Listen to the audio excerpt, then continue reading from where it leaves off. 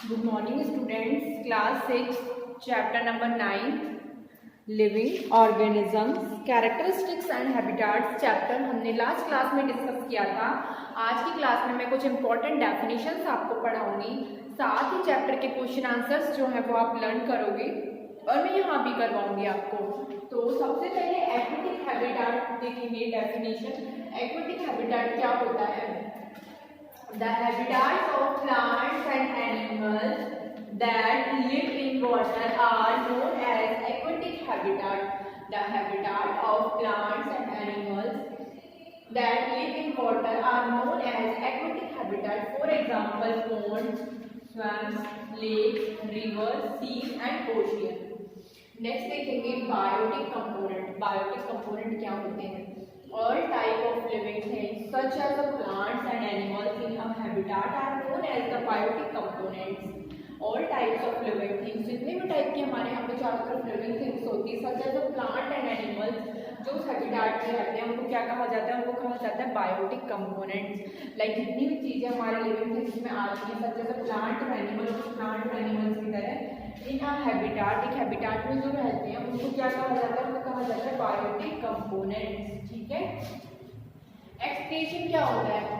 The process of eliminating wastage from the body. The process of eliminating wastage from the body is called excretion.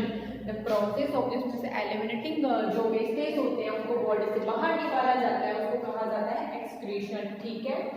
Growth, growth क्या होता है? Growth is defined as increase in size. Growth को क्या define किया जाता है? Size में increase. Size में इंक्रीमेंट देखते हैं नंबर और strength of the living thing. Number और स्ट्रेंथ जो होती है लिविंग थिंग की। ठीक है। Growth is defined as the increase in size. Size में इंक्रीमेंट होता है। नंबर और स्ट्रेंथ लिविंग थिंग की जो नंबर और स्ट्रेंथ होती है वो क्या होती है? एज अ डिफाइंड होती है ग्रोथ। ठीक है। आगे देखेंगे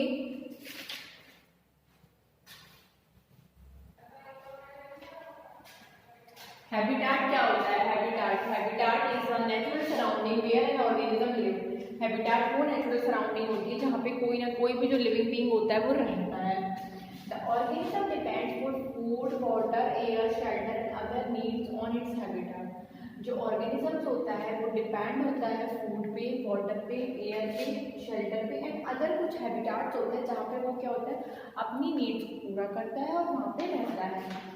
लिविंग refers to alive और active. लिविंग जो है वो रेफर किया जाता है टू अलिव और एक्टिव।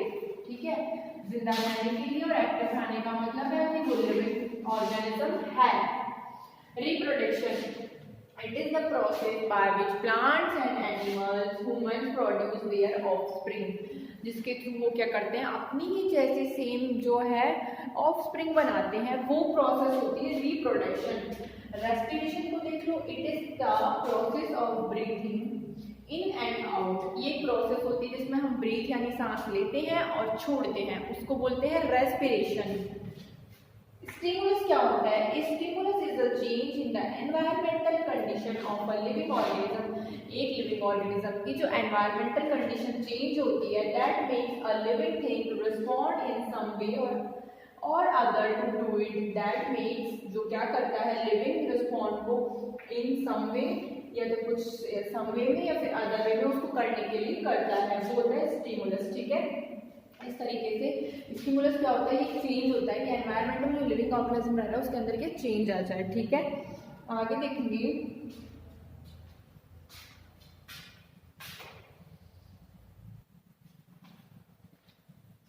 एक्टिमाइजेशन क्या होता है? Small changes that take places in the body of a single organism over short periods to overcome small problems due to the change in surrounding. Surroundings में चेंज होने से जो एनिमल के अंदर कुछ चेंजेस आते हैं वो स्मॉल चेंजेस जो होते हैं वो क्या कहलाते हैं? एक्टिमाइजेशन। ठीक है। जर्मिनेशन देखेंगे। जर्मिनेशन क्या होता है? It is the process of sprouting seedlings from seeds. इसमें क्या होता है? स्प्राउट्स जो होता है वो सीडलिंग्स होता है वो from seeds. It is the process of sprouting. Seedling में से सीड निकलने की जो प्रोसेस होती है वो क्या कहलाती है? जर्मिनेशन कहलाती है। एक डेफिनेशन दी हुई है प्रे। प्रे क्या होता है? Animals which are killed by predators for their food are called prey. Animals which are killed by predators, जो क्या होता है किसके द्वारा मारे जाते हैं, प्रीडेटर्स के द्वारा, फॉर देयर फूड, उनको अपने फूड के लिए वो मारे जाते हैं, वो एनिमल्स क्या कहलाते हैं, प्रे कहलाते हैं। ठीक है, आगे देखेंगे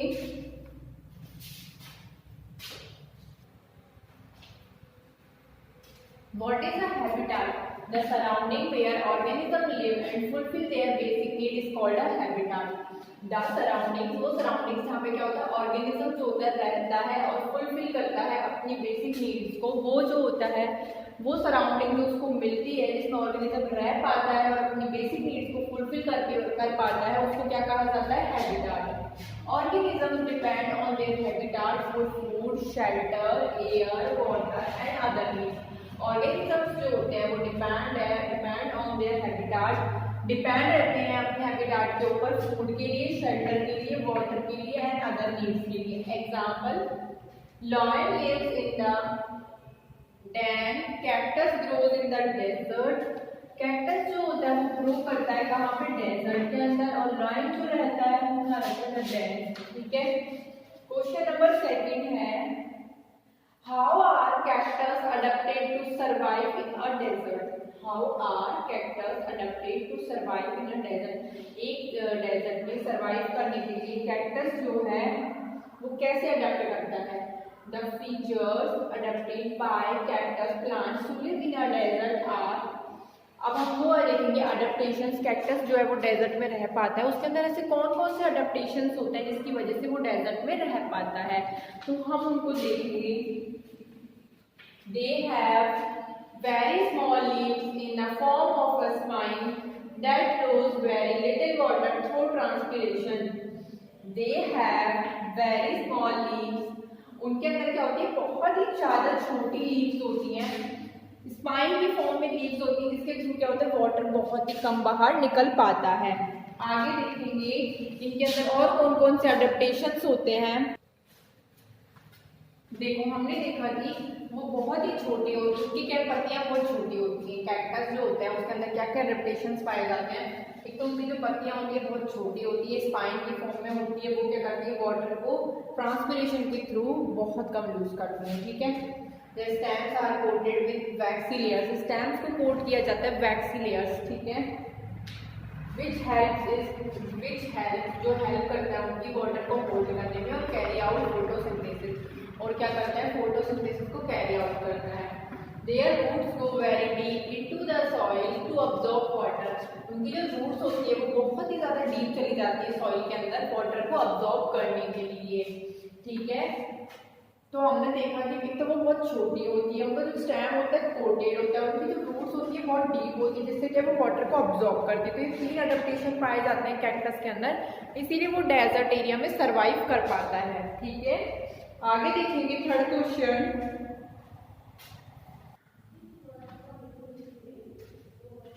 थर्ड क्वेश्चन है फिल इन द ब्लैंक्स, इसमें हमें फिल करना है, एप्रोप्रिएट आंसर देके फिल करना है।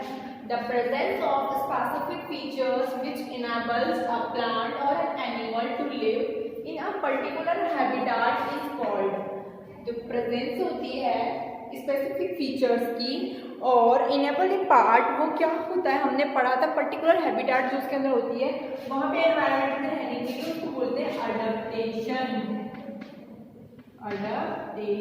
ठीक है, The habitats of the plant and animals that live on the land, the habitats of the plant and animals that live on the land, जो कि उस लैंड पे रहते हैं उनको क्या कहते हैं, टेरेस्ट्रियल।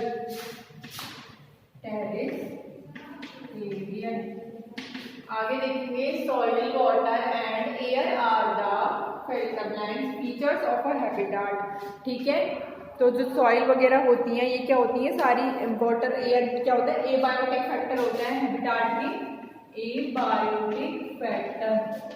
और नेक्स्ट क्या हुआ, चेंजेस इन आवर सराउंडिंग, हमारे सराउंडिंग में जो चेंज आते हैं the make us respond them are called, उनको क्या कहा जाता है, जो क्या करते हैं रिस्पॉन्ड करते हैं उनको कहा जाता है stimuli.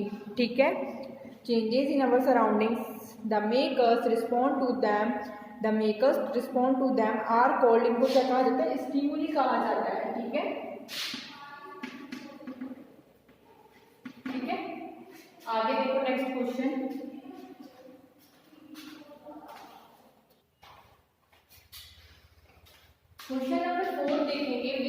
Things in the following list are non living. इनमें से नॉन लिविंग थिंग्स कौन कौन सी है उनको अलग करके रखना है। हमें कुछ चीजें दी हुई है, इनमें से नॉन लिविंग थिंग्स देखनी है कौन कौन सी है। तो इनमें से हम नॉन लिविंग थिंग्स जब निकालेंगे तो ये क्या है, नॉन लिविंग थिंग्स है, ठीक है। मशरूम क्या है, मशरूम लिविंग है। रेडियो क्या है, नॉन लिविंग है, रेडियो,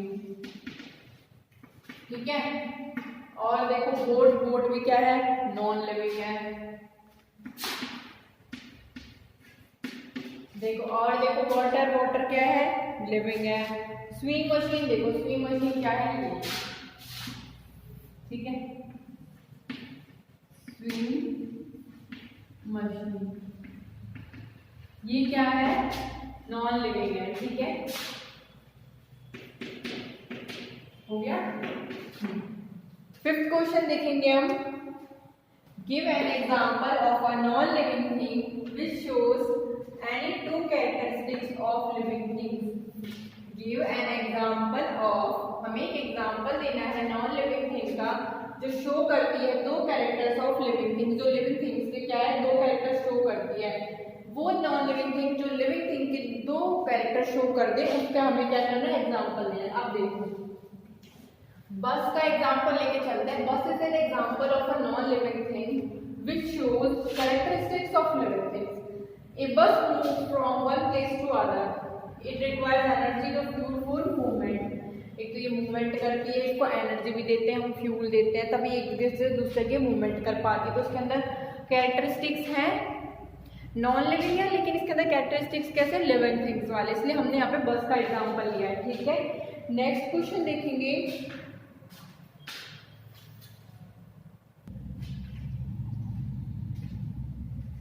हमने लिस्ट, 7th क्वेश्चन है, list the common characteristics of living things. Living things के जो कॉमन कैरेक्टरिस्टिक्स हैं इनकी हमें लिस्ट बनानी है। Some common characteristics of living things included. कुछ कॉमन कैरेक्टरिस्टिक्स होते हैं लिविंग थिंग्स के जिनमें क्या क्या इंक्लूडेड है, जिनमें ये सब कुछ इंक्लूडेड है, ठीक है। इनके नाम लिखेंगे, ये सारे क्या है, कॉमन कैरेक्टरिस्टिक्स हैं लिविंग थिंग्स के। फर्स्ट है रिक्वायरमेंट फॉर फूड, ठीक है, फूड की रिक्वायरमेंट सारे लिविंग थिंग्स को होती है। सेकेंड नंबर पे है ग्रोथ। थर्ड पे रिप्रोडक्शन भी करते हैं लिविंग थिंग्स। ये क्या है, अपने सराउंडिंग चेंजेस को रिस्पॉन्ड करते हैं, मूवमेंट करते हैं, रेस्पिरेशन करते हैं, एक्सक्रीशन करते हैं। तो ये कुछ कॉमन कैरेक्टरिस्टिक्स हैं जो लिविंग थिंग्स के होते हैं, जिनको लर्न करना है, ठीक है। नेक्स्ट क्वेश्चन है, explain why speed is important for survival for animals living in grasslands habitat। Explain करना है why speed is important, कि स्पीड इंपॉर्टेंट क्यों होती है एनिमल्स के सर्वाइवल के लिए लिविंग इन ग्रासलैंड हैबिटाट्स। जो कहाँ रहते हैं, ग्रासलैंड हैबिटाट्स में रहते हैं, उनके लिए स्पीड इतनी इंपॉर्टेंट क्यों होती है। तो अब हम समझेंगे इसको। There are few trees and plants for animals to hide in the, एक तो क्या होता है, देयर आर कुछ फ्यू ट्रीज होते हैं, प्लांट्स होते हैं जो हाइड होते हैं ग्रासलैंड प्लांट्स में, ठीक है। Grassland habitats have a few trees और places for animals to hide themselves from their enemies. इनके अंदर क्या होता है, कुछ ऐसी हैबिट्स होती हैं जिसके अंदर ये क्या है, ये अपने आप को हाइड कर लेते हैं अपने एनिमीज से, ठीक है। When they are attacked by their enemies, जब उनका अटैक होता है उनकी एनिमीज का, they should run fast to cover long distance and save themselves to a proper place। वो तेजी से भागते हैं, बहुत जगह लॉन्ग डिस्टेंस कवर करते हैं और सेफ रहते हैं एक प्रॉपर प्लेस पे। दे भी लूज देयर लाइफ, वो अपनी जिंदगी खो देते हैं if they are slow runner. इसलिए स्पीड बहुत ही ज्यादा इंपॉर्टेंट फैक्टर होती है उन एनिमल्स के लिए जो ग्रासलैंड में सर्वाइव करते हैं, ठीक है। इस चैप्टर के क्वेश्चन आंसर यही खत्म होते हैं। कुछ इंपॉर्टेंट क्वेश्चंस की पीडीएफ मैं आपको सेंड करूंगी। नेक्स्ट क्लास में हम लोग next chapter number 10 motion and distances के बारे में रीड करेंगे।